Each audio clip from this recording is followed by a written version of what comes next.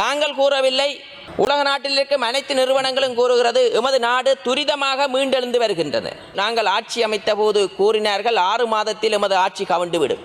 மக்கள் உணர்கிறார்கள். நம்பிக்கை மேலும் மேலும் பலத்துக் கொண்டிருக்கிறது. அனைத்து மக்களும் ஒன்றுபட்டு ஆதரவை தெரிவிக்கின்றார்கள். நேற்றைய தினம் கூறியிருந்தார்கள் நாங்கள் ஏதோ அமைச்சு பதவியை ஏற்றதாக. இவர்கள் கொழும்பில் யாழ்ப்பாணத்தில் வாக்கை பெற்றுவிட்டு கொழும்பில் அதிசொகுசாக வீடுகளில் வாழ்கின்றார்கள். உண்மையாகவே இந்த அரசாங்கம் வெளிப்படைத்தன்மையாக இந்த செயற்பாட்டை செய்திருக்கின்றது. ஏனென்றால் இந்த கொள்முதலில் 10 விலைமானுதாரர்கள் கலந்து கொண்டிருக்கின்றார்கள். வெளிப்படைத்தன்மையாக நடைபெற்றிருக்கிறது. அது தெளிவாக அமைச்சரவர்கள் கூறியிருக்கின்றார். அந்த ஒரு பிரேரணையை கொண்டு வந்திருக்கிறார்கள். மக்கள் மத்தியில் பிழையான பிம்பத்தை உருவாக்குவதற்கான ஒரு செயற்பாடாகத்தான் நாங்கள் நினைக்கின்றோம். அவர்கள் ஆளுங்கட்சியில் இருந்தபோது மக்களுக்கு பல பொய்களை கூறிக்கொண்டு ஆட்சியை செய்தார்கள். அதனால் இன்று அந்த பொய்களின் நிமித்தமாக எதிர்க்கட்சியில் எதிர்வரிசையில் உட்கார்ந்திருக்கின்றார்கள். எதிர்க்கட்சியில் இருந்து கொண்டு கூட அந்த பொய்யான தகவல்களை மக்களுக்கு பிழையான பிம்பத்தை ஏற்படுத்தி தாங்கள் ஏதோ சாதித்து விடலாம், ஆட்சியை கைப்பற்றி விடலாம் என்று நினைத்து கொண்டு மக்களை மடியர்களாக நினைத்து கொண்டு இவ்வாறான செயற்பாட்டை செய்கின்றார்கள். மக்கள் பூரணமாக தெளிவடைந்திருக்கிறார்கள். அதனால் உங்கள் பொய்களை கண்டு அவர்கள் குழம்பி போவதில்லை என்ற வகையில் இந்த செயற்பாடானது நுரச்சோலை மின் நிலையமானது 900 மெகாவாட்ஸ் மின் உற்பத்தி செய்கின்றது. இந்த மின்சாரத்தில் 30 தொடக்கம் 40% மின் உற்பத்தியை மேற்கொள்கிறது.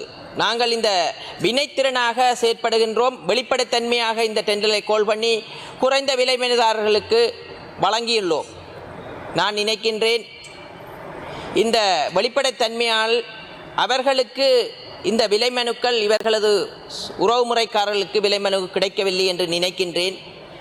அதனால் இந்த பாராளுமன்றத்தில் இவ்வாறான பொய்யான வதந்திகளை கொண்டு நேரத்தை வீணடிக்கின்றார்கள். இந்த பிரேரணையை கொண்டதன் ஊடாகவே அவர்கள் கொண்டு வந்த பிரேரணையை அவர்களுக்கே எதிர்வினையாற்றுவதாக இந்த பாராளுமன்றத்தில் எல்லா விவாதங்களையும் பார்க்கும்போது தெரிகின்றது. எங்களுக்கு தெரியும்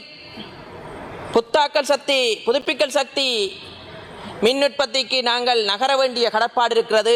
அந்த வகையில் எங்களது அமைச்சரவர்கள் இன்று வடமாகாணத்தில் அதிகளவான சூரிய மின்கலன் ஊடாக மின் உற்பத்தியை மேற்கொள்ள முடியும்.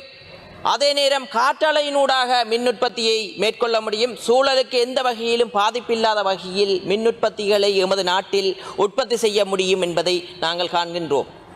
ஏனென்றால் மின்சார பாவனையானது எமது நாட்டில் அதிகரித்து கொண்டு போகிறது. ஏனென்றால் இன்று அதிகளவான வாகனங்கள் மின்சாரத்தில் இயங்கக்கூடிய வாகனங்கள் எமது நாட்டிற்கு வந்து கொண்டிருக்கின்றன. அதனால் நாங்கள் நிலக்கரியினூடாக மின்சாரத்தை உற்பத்தி செய்வதை விட புத்தாக்கல் சக்தியினூடாக மின்சாரத்தை உற்பத்தி செய்வதற்காக நாங்கள் எமது பயணத்தை மேற்கொண்டிருக்கின்றோம். அந்த வகையில் மக்களுக்கு மின்சாரத்தை விநியோகிக்க வேண்டிய கடப்பாடு இருக்கிறது. அந்த வகையில் இதற்கான கொள்முதலை நாங்கள் மேற்கொண்டிருக்கிறோம். அது வழமையின்படி நடைபெறுகிறது ஒரு செயற்பாடுதான்.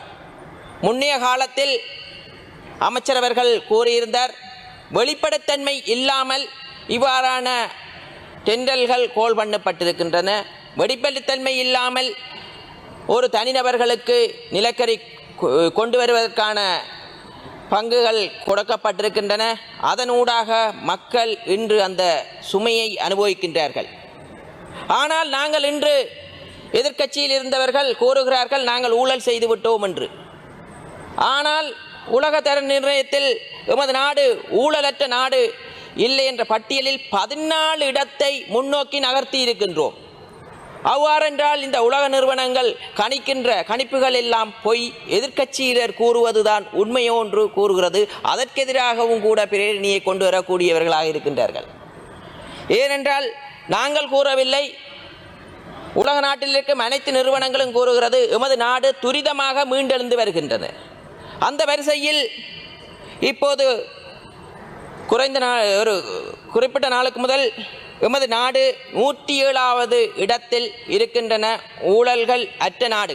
அதுவும் ஒரு வருடத்தில் 14 இடங்களை முன்னோக்கி நகர்த்தி இருக்கின்றோம். அவ்வாறென்றால் இந்த முன்னோக்கி நகர்த்தல் என்பது படிப்படியாக முன்னோக்கி நகர்ந்து கொண்டு போய் செல்லுமே ஒழிய பின்னோக்கி நகராதென்று திடமாக நாங்கள் கூறுகின்றோம். மக்களும் நம்புகிறார்கள்.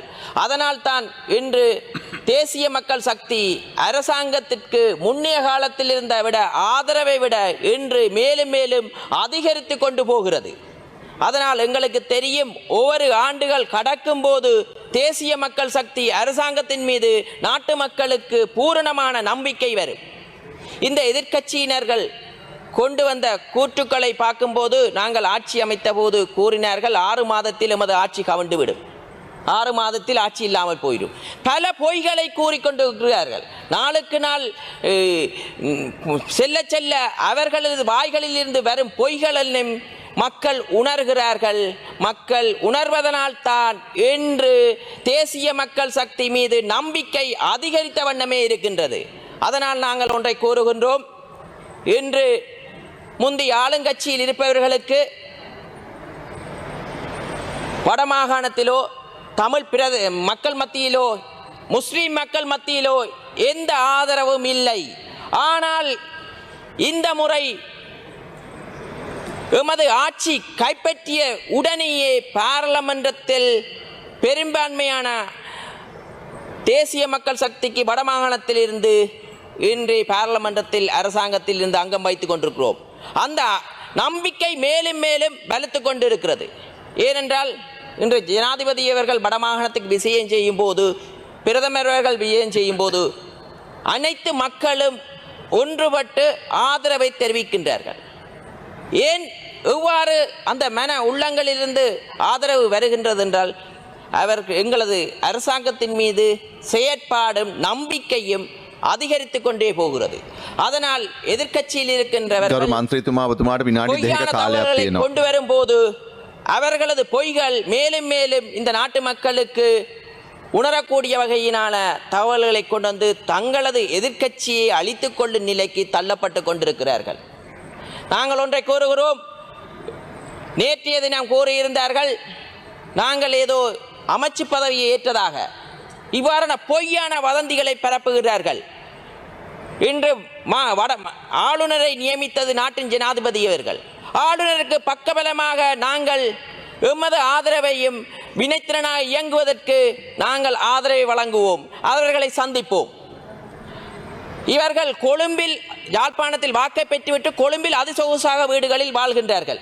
யாழ்ப்பாணத்துக்கு வருவதில்லை. எங்கே கூட்டம் என்றால்தான் மட்டும் பெறுவார்கள். அவர்கள் இந்த உயரிய சபையில் வந்து பிழையான தகவல்களை மக்கள் மத்தியில் பரப்புகிறார்கள். மக்கள் எங்களுக்கு கூறுகிறார்கள், அவர்கள் கூறுவதை கூறட்டும். உங்களது கடமைகளை நேர்மையாக செய்யுங்கள், உங்களுக்கு ஆதரவு பலக்கும் என்று வடமாகாணத்தில் இருந்து கூட நேற்று கூட தொடர்பு கொண்டு தொலைபேசியினூடாக தெரிவித்திருந்தார்கள். அந்த வகையில் அவர்கள் இந்த பாராளுமன்றத்தில் வந்து கத்திவிட்டு செல்ல வேண்டியதுதான். ஏனென்றால் அவர்கள் கூறிய வசனங்களுக்கு கீழே கொமெண்டை போய் பார்த்தால் அவர்களுக்கு எதிர்மறையாகத்தான் இருக்கிறது.